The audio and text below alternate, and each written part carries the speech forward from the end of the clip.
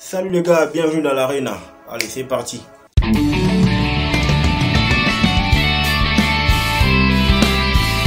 Performance de la part de l'équipe de Liverpool.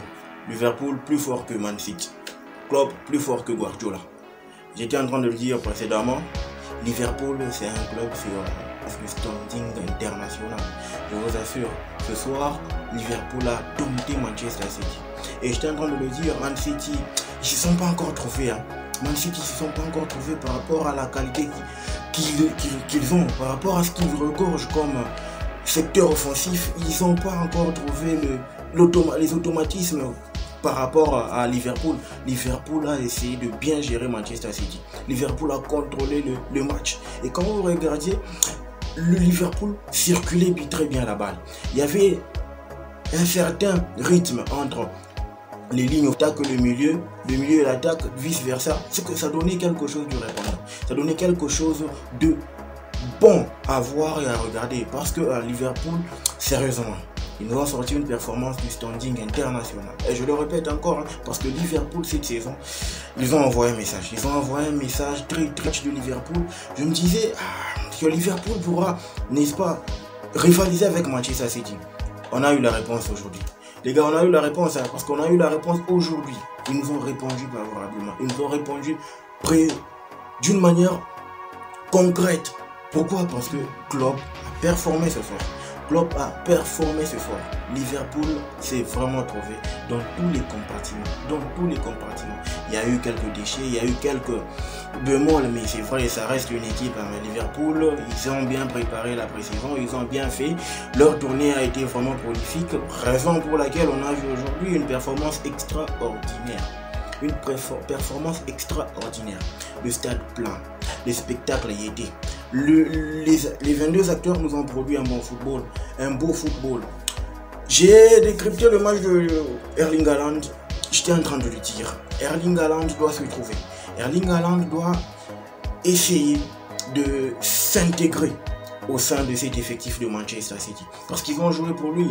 Je ne sais pas comment est-ce que Guardiola pourra faire cette rotation-là. Je ne sais pas comment est-ce que Guardiola pourra trouver cette tactique qui pourrait, n'est-ce pas, permettre à ce que Liverpool, Erling Haaland, puisse se retrouver bien encadré et puisse se trouver vraiment au milieu, au cœur du jeu de Manchester City. Qu'on joue pour lui, comme ce fut le cas avec El Kun, au moment où il était en train de carburer à Manchester City à l'époque, je me dis que Erling Haaland, il a encore du potentiel, sauf que donnons-lui le temps. Donnons-lui le temps de s'imprégner, donnons-lui le temps de s'intégrer au sein de cet effectif.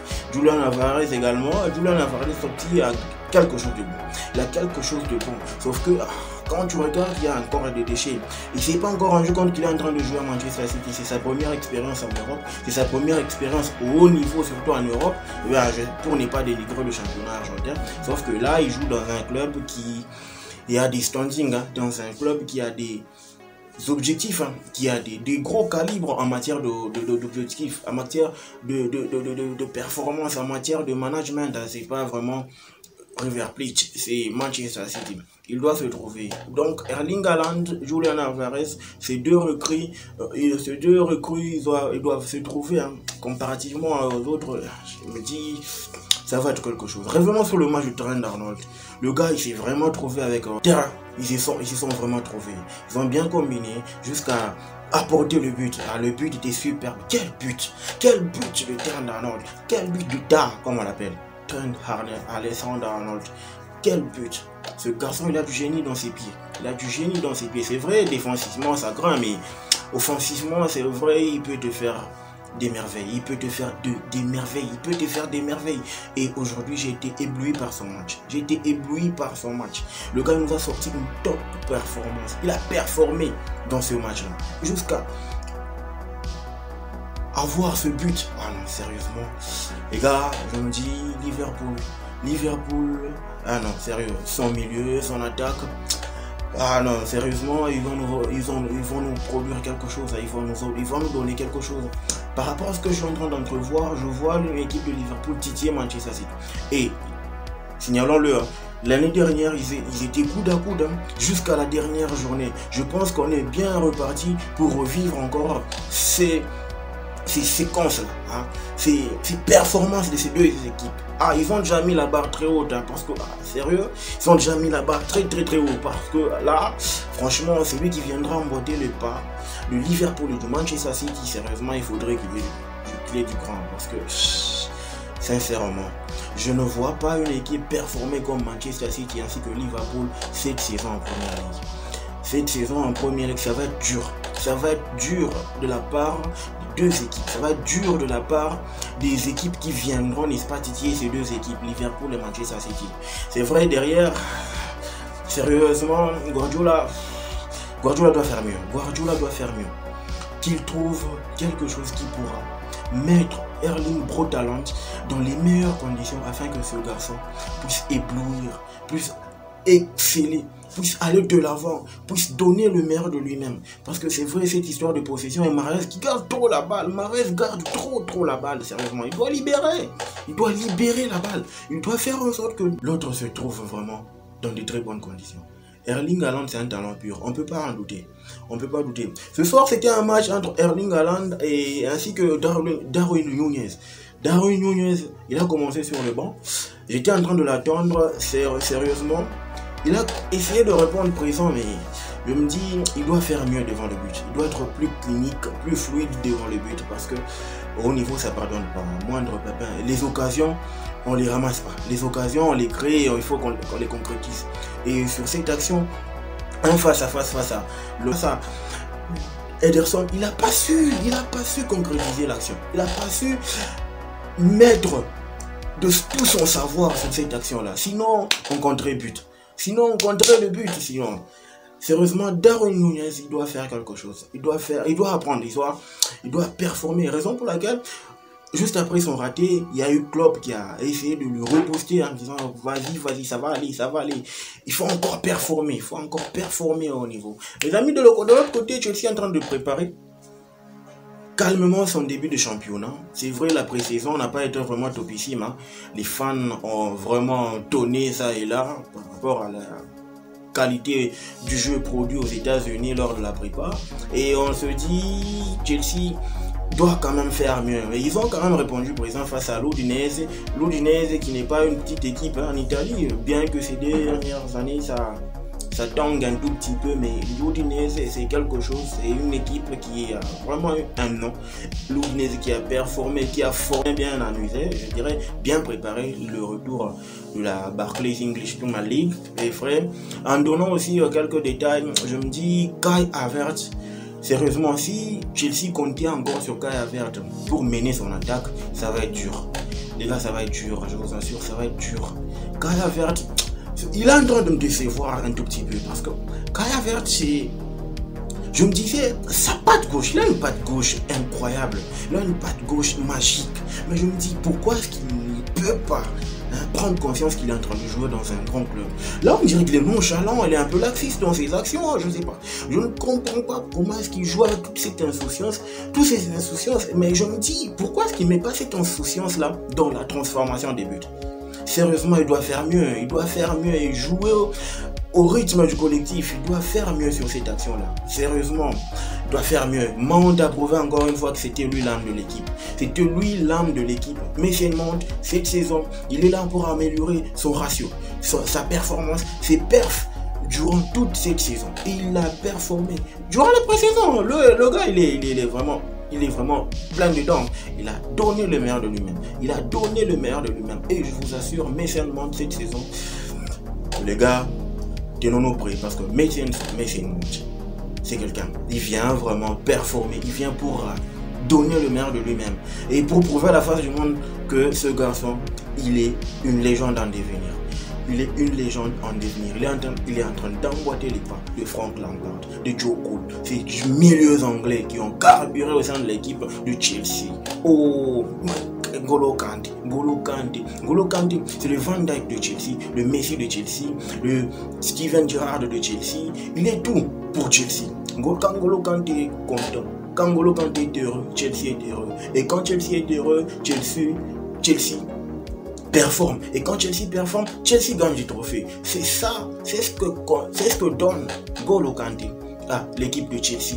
Ah, je vous assure, cette saison, Chelsea, il va titiller les grands. Il va titiller les grands. Qu'on se le dise, les gars, il va titiller les grands. Chelsea, sérieusement, quand Kanté est en très bonne forme, l'équipe de Chelsea rôde. Et l'équipe de Chelsea mouline du beau football, tu vois. Et voilà pourquoi je me dis, cette saison, tenons-nous prêts pour vivre une bataille en première ligue qui sera sans précédent, parce que c'est vrai, ils vont nous réserver des choses grandissimes. Ça va être génial cette saison. Comparativement à d'autres années, je me dis cette saison, les gars, tenons-nous prêts, ça va être grandissime. Ça va être top cette saison en première ligue. Allez, sérieusement, je le vois. Raheem Sterling a encore des déchets, il ne s'est pas encore retrouvé au sein de cet effectif. Il est en train de se chercher, il est en train d'apprendre à retrouver ses marques, ses automatismes. Je me dis, si jamais il parvenait, n'est-ce pas, à s'imprégner, à s'intégrer au sein de cette équipe de Chelsea, au sein de cet effectif de Thomas Tuchel, je me dis, Raheem Sterling va leur faire du bien. Raheem Sterling va leur faire du bien. Le gars a eu des rushs, des runs, sérieusement impeccable. On était en train d'attendre de voir ça dans cette équipe de Chelsea.